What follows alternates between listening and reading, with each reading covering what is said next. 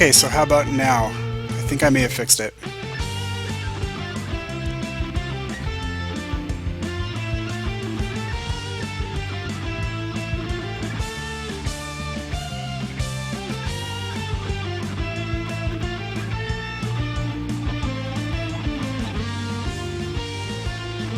No echo, awesome. So are you hearing the music from the game?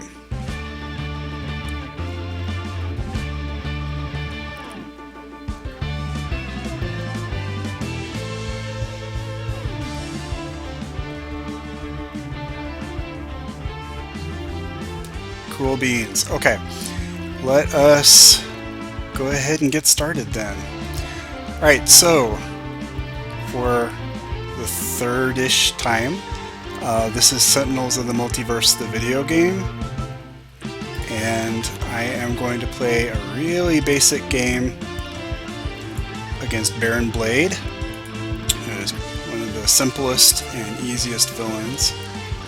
I'm going to set that in Megalopolis, which is our Metropolis XP.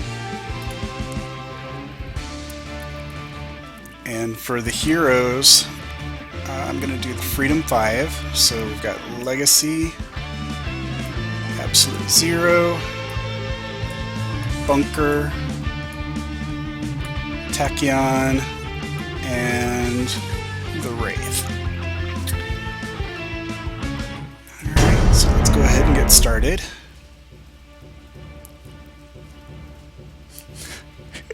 I just saw in the chat about the hypnotherapy. Yeah, that's totally what I was trying to do. I'm lulling you guys into complacency, and then I will get your bank account numbers or something. Okay, so let's go on into the game.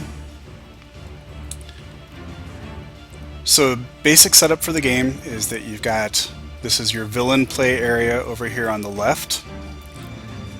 You've got the heroes that are over here on the lower right. Each one of them has got their own individual play area, their own deck, and their own character card. And then up here at the top right is the environment play area. The play order is going to be the villain, then each hero takes a turn, then the environment, and then back to the villain. And Baron Blade, this is his character card.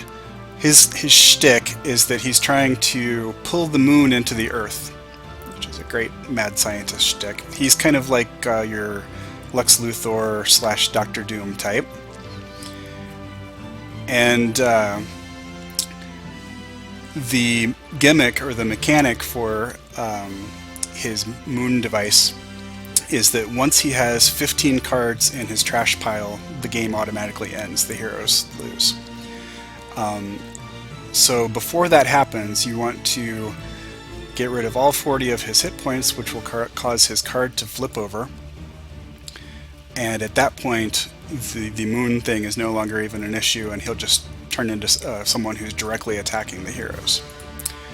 And as you can see, there's a setup here at the beginning of the game where one of his cards gets put into play automatically at the beginning, which we will get to right now. So let's start.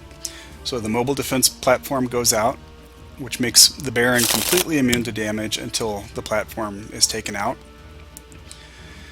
And the elemental redistributor comes out. That every time he takes fire, cold, or lightning damage, he shoots it out to one of the heroes, the weakest hero. So that's another thing we're going to want to take out probably, because at least one of my heroes does lots of ice damage. So the very first thing that we're going to do, this is Legacy. Legacy is the Superman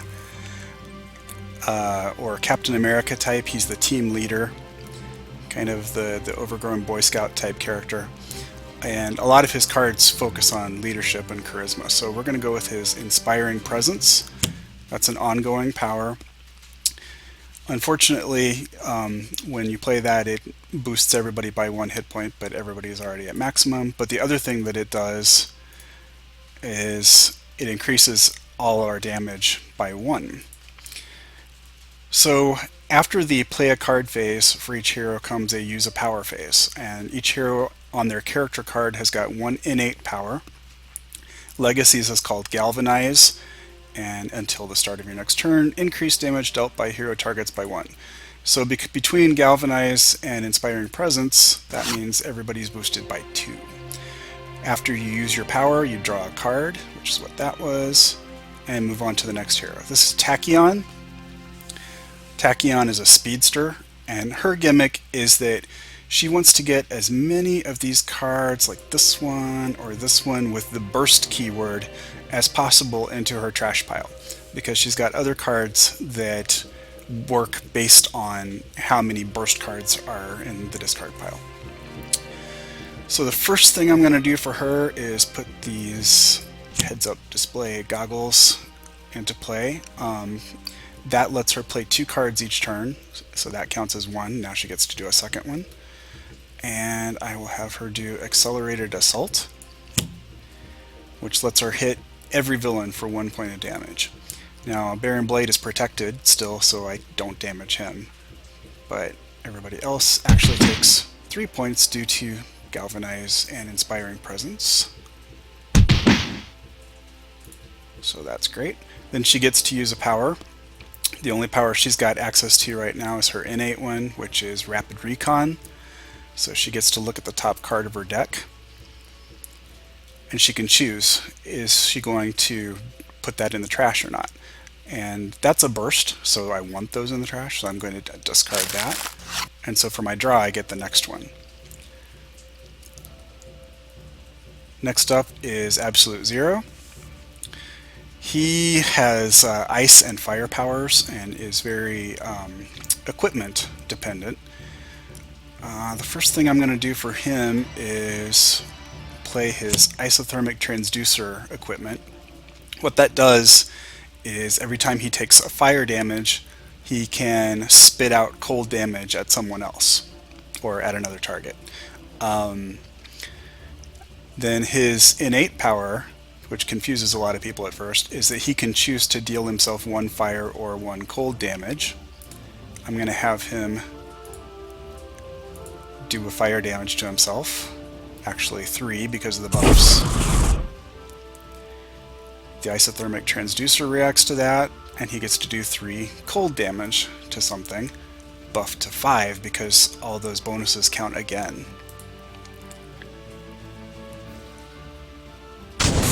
Okay. He's done with his turn. The Wraith is basically this setting's Batman type character. She's got all sorts of awesome gadgets, and she's got exactly the one that I would have wanted. I'm going to play Razor Ordnance. Now her innate power is the ability to go stealthy and reduce some damage to herself, but this card that I just played actually gives her access to another power. She's going to throw a Batarang at something and do some projectile damage. And this will take out the defense platform, which means that Baron Blade is now vulnerable to damage.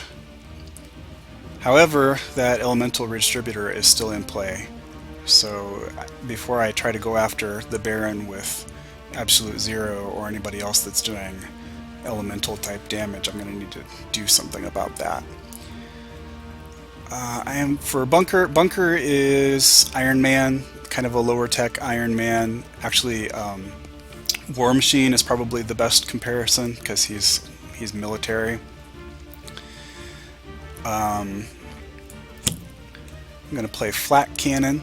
His innate power is just to draw a card, which may seem like it's not very exciting, but that's actually pretty useful. Card advantage is big. But instead, I'm going to use his new Flak Cannon power to deal some projectile damage. And it's iffy whether I want to go for the Baron himself or for the Elemental Redistributor. Right now, the Baron's only got 1 card in his discard pile, and I have up to 15 before I need to start, worrying about losing. So I think I'm going to go for this and take it out, or take it down at least. 2 hit points left. Bunker draws, and we go to the environment's turn. And Megalopolis has some good cards and some bad cards for the heroes, so we'll see what we get. Okay, Rooftop Combat. So I will come back to this as soon as the Baron has played his card. Oh, that sucks. Okay, Devious Disruption. All the heroes get the opportunity to destroy their equipment cards and their ongoing cards. And then once everybody's done that, the Baron does damage to all of us based on how many of those cards are still in play. So let's take a look. I want to leave Inspiring Presence in for Legacy, so we will skip for him. I can easily get rid of the goggles, that's fine. We will go ahead and get rid of the Transducer, because he's got others. We can get rid of the Razor Ordnance as well. And I hate to say it, but we'll get rid of the Fire Cannon. So, everybody's going to take 4 damage, lightning damage, from the Baron, except for Legacy, and we'll see why. It's going to start with him. He'll take 5 because he is Baron Blade's nemesis. You can see on both of the character cards, they've each got Legacy's lantern emblem.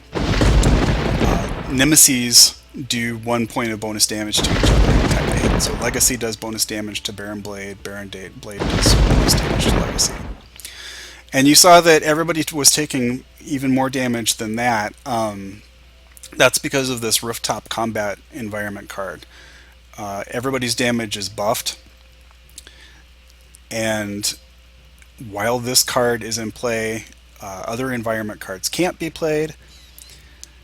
And once we, the heroes, do 10 or more damage in a round, and a round is everybody's turn, this card gets destroyed. So we'll see if we can do that.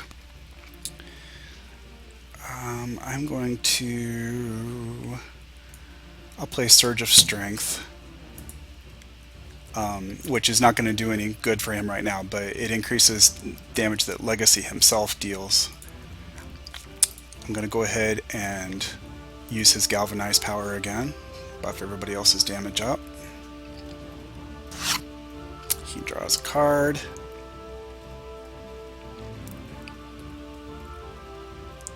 And it's Tachyon's turn again. She doesn't have the goggles anymore, so she can only play 1 card this turn.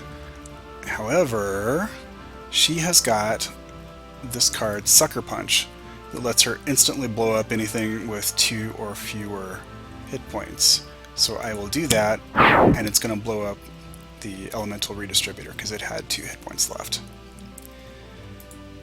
She gets to use her Rapid Recon power.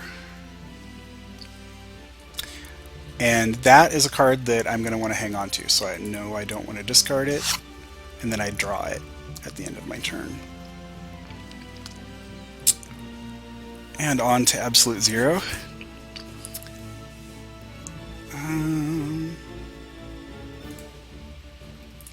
Alright, so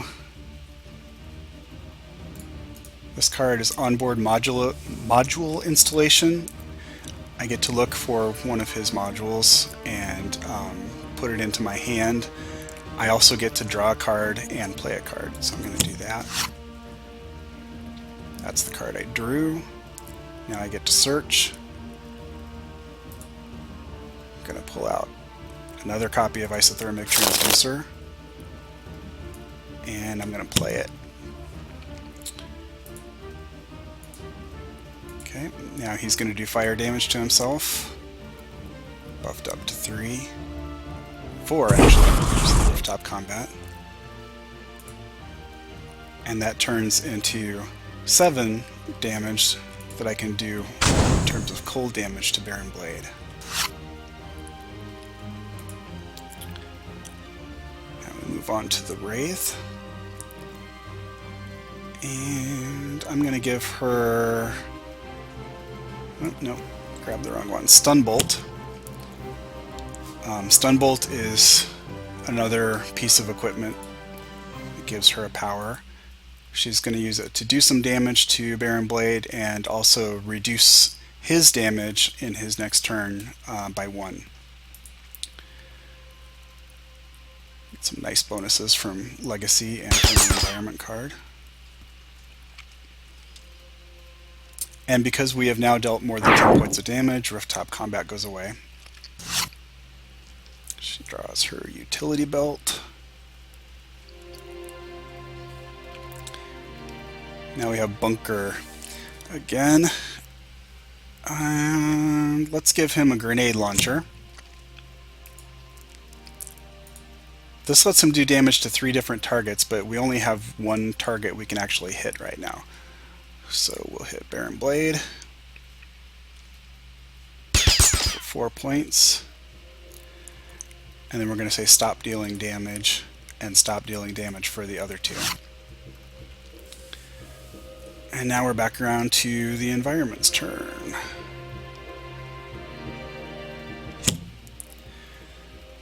Oh no, a monorail is plummeting. That doesn't do anything right now. At the beginning of the next Environment turn, it will start doing damage to whoever has the most hit points, which is usually the villain and one of my heroes. Okay, so Baron Blade has played a terrible card. Everybody has to discard 1 card. He will do everybody sonic damage. And he's going to discard some cards into his own trash pile, which is bad for us because we like I said, when we get to 15 cards in his trash pile, we lose. So Legacy is going to drop this one. Tachyon will drop this one. At least gets her another burst card in the trash.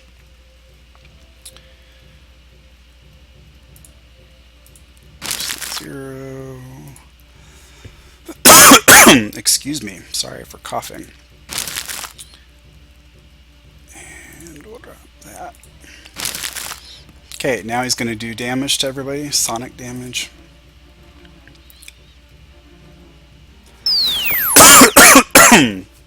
He's doing less because of the stun bolt that the Wraith hit him with. That penalty will last until her next turn.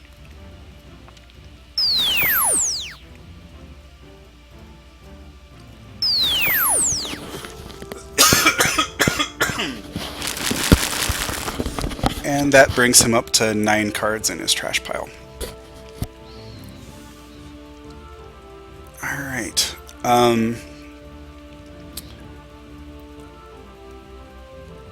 Not going to use it yet, but I'm going to go ahead and bring up the Legacy Ring. It's a piece of equipment that lets him use an additional power. Right now he's only got 1 power that he can use. But next turn I'll be able to make use of that. So he galvanizes and boosts everybody's damage.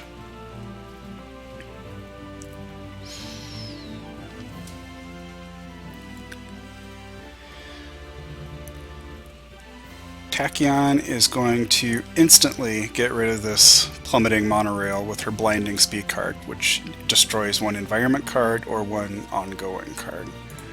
So that's my only choice. And there it goes. And she'll go ahead and do more recon. Oh, I will not discard that. I will draw it. That's great. Baron Blade does have a few ongoing cards that will be useful to get rid of. Alright.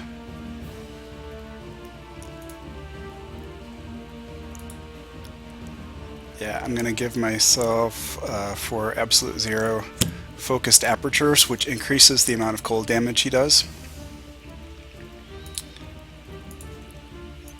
And he's going to burn himself. 3, and that lets him do now 6 points of cold damage.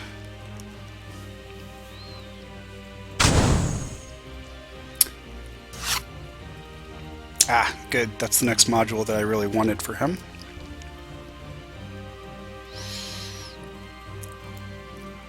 Alright, the Wraith is going to put her utility belt into play. That's an awesome card that lets her use an additional power, just like the Legacy Ring does for Legacy. The utility belt is actually a lot more useful though, because the Wraith has got more useful powers to use than Legacy does, or a wider collection of them. So she will stun bolt again, 3 damage to him, and reduce his damage until her next turn. And because she's got another power she can use now, she will use stealth, and she'll take 2 less damage the next time anything hits her. And there's another copy of Razor Ordnance. Good.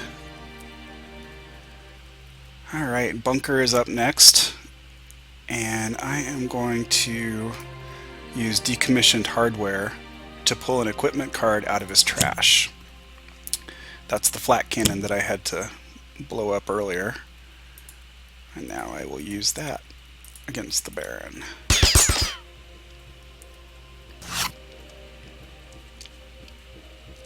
And get some useful card draws. Right, now back to Megalopolis. This is one that we don't have to worry too hard about. So, at the beginning of the environment turn, which has already passed, so we don't need to worry about it for this turn, because the play comes after the beginning of the turn. It'll damage anybody that doesn't destroy their own ongoing cards. But at the end of the environment turn, which is now, any one player can discard 1 card. So let's do that. I'm going to hit Meanwhile here to take a look at the play area and see what everybody's got in their hand, because my memory for that is not great. Alright, I'm going to have Absolute Zero discard a card. He'll get rid of that one, and that blows up the impending casualty, so we don't even have to worry about it this turn. Okay, the Blade Battalion is a group of mooks that will hit whoever has the strongest hit points among the heroes, and they hit for amount of damage equal to their own hit points, so they just hit for 5. So we're going to want to take them out pretty quickly. I am going to play Motivational Charge for Legacy. I'll have him use his Galvanize power. And because he's got the Legacy Ring out, he now has access to a second power, so he's going to use Motivational Charge. And he will hit... I guess I'll go for the Blade Battalion. Oh yeah, I can take him out with 1 hit. Because of all... there's his Galvanize bonus, the Inspiring Presence bonus, and then the Surge of Strength bonus that he also has. So he takes them out. And because that was so inspiring, each hero gets 1 hit point back.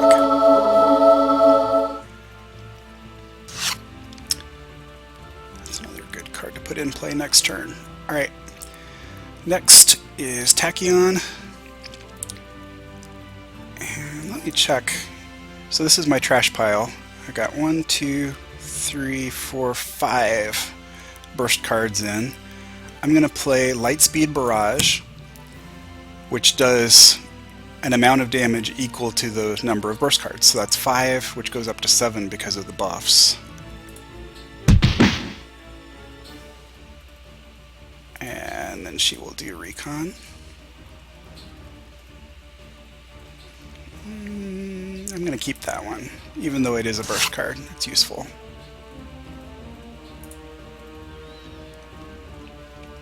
Alright, Absolute Zero has been hitting himself pretty hard, so we're going to play the Null Point Calibration Unit. If this is his fire module, this is his ice module. Whenever he takes cold damage, it heals him instead. So I'm going to do cold damage to himself. And the buffs count here too. So he is actually going to heal himself for 4. And I feel confident doing that because Spear and Blade is really low on HP, so... Time to bring up Razor Ordnance.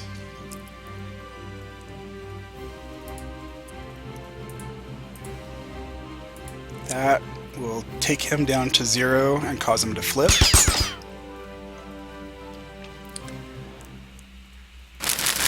And once he flips, his trash is reshuffled back into his deck, and then all 3 of the mobile defense platforms are put into the trash, so you don't have to worry about him being invulnerable from this point on.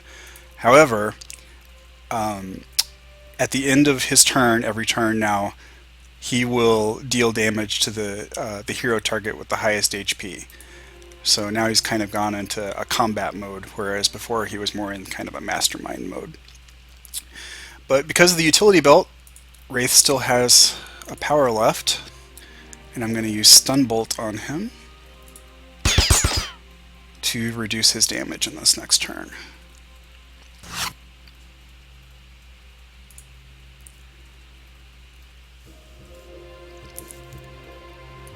Alright, for Bunker, let's give him some armor. So heavy plating is a piece of equipment that reduces damage to him by 1. And we will hit him with the flak cannon.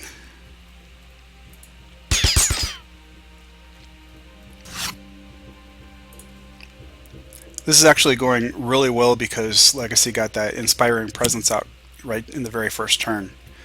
Okay, Police Backup. This is an environment card that's actually on the hero's side. At the end of the environment turn, it does 1 point of damage to a villain. So, all right, he is going to hit some people pretty hard.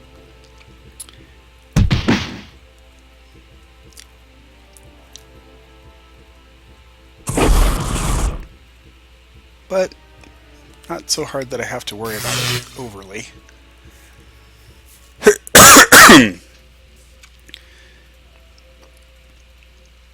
Alright, so now I need to really choose whether I want to be really aggressive or be a bit more defensive. As a player, I tend to be a little bit more defensive, and I think I'll go with that this time. I'm going to play Fortitude. That reduces damage to Legacy just like Bunker's armor plating does. And I will Galvanize.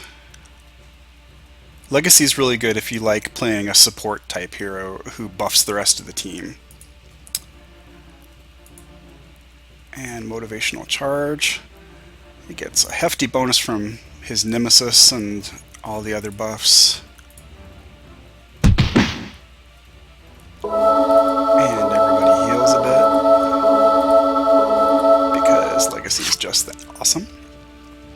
Another copy of Fortitude, which I don't need.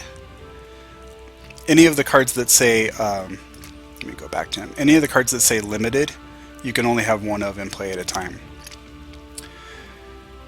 Alright, so I'm going to play Fleet of Foot, which lets everybody draw a card.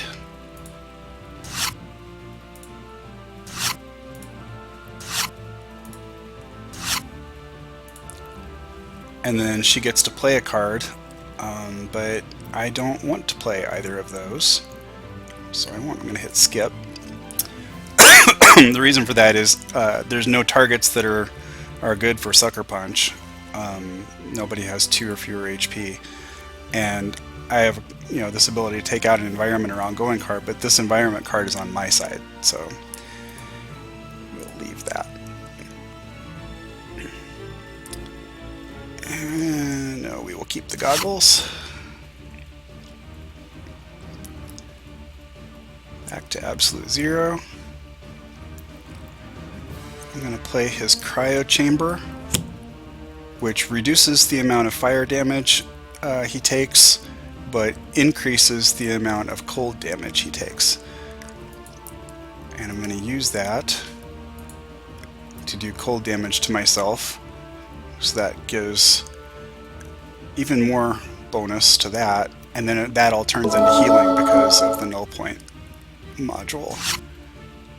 So he's back up to a respectable amount of hit points now. Can focus him on damage again.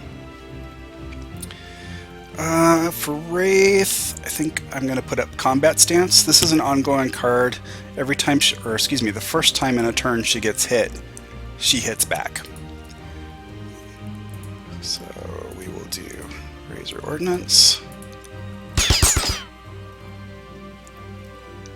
And Stun Bolt.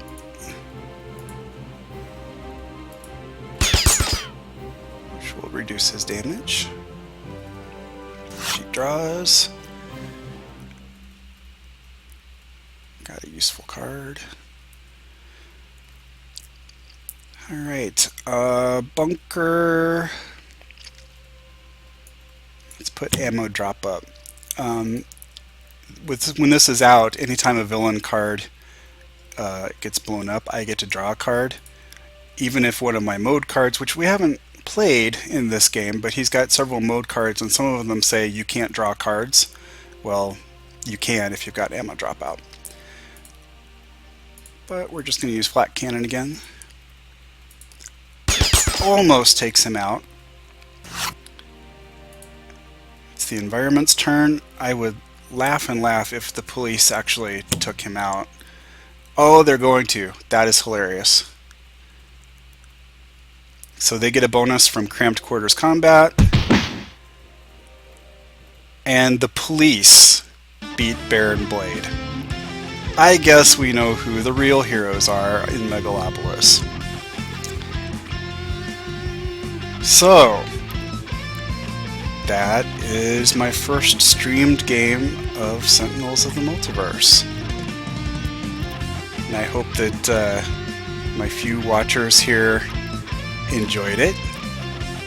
And I will absolutely take suggestions for what to play in the future. I think my next game is going to be the other 5 base game heroes versus another one of the base game villains.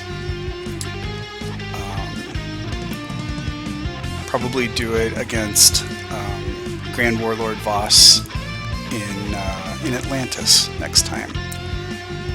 So, thank you very much for watching. Sorry about the technical difficulties at the beginning, and I hope you will watch again. This was kind of fun. Thanks.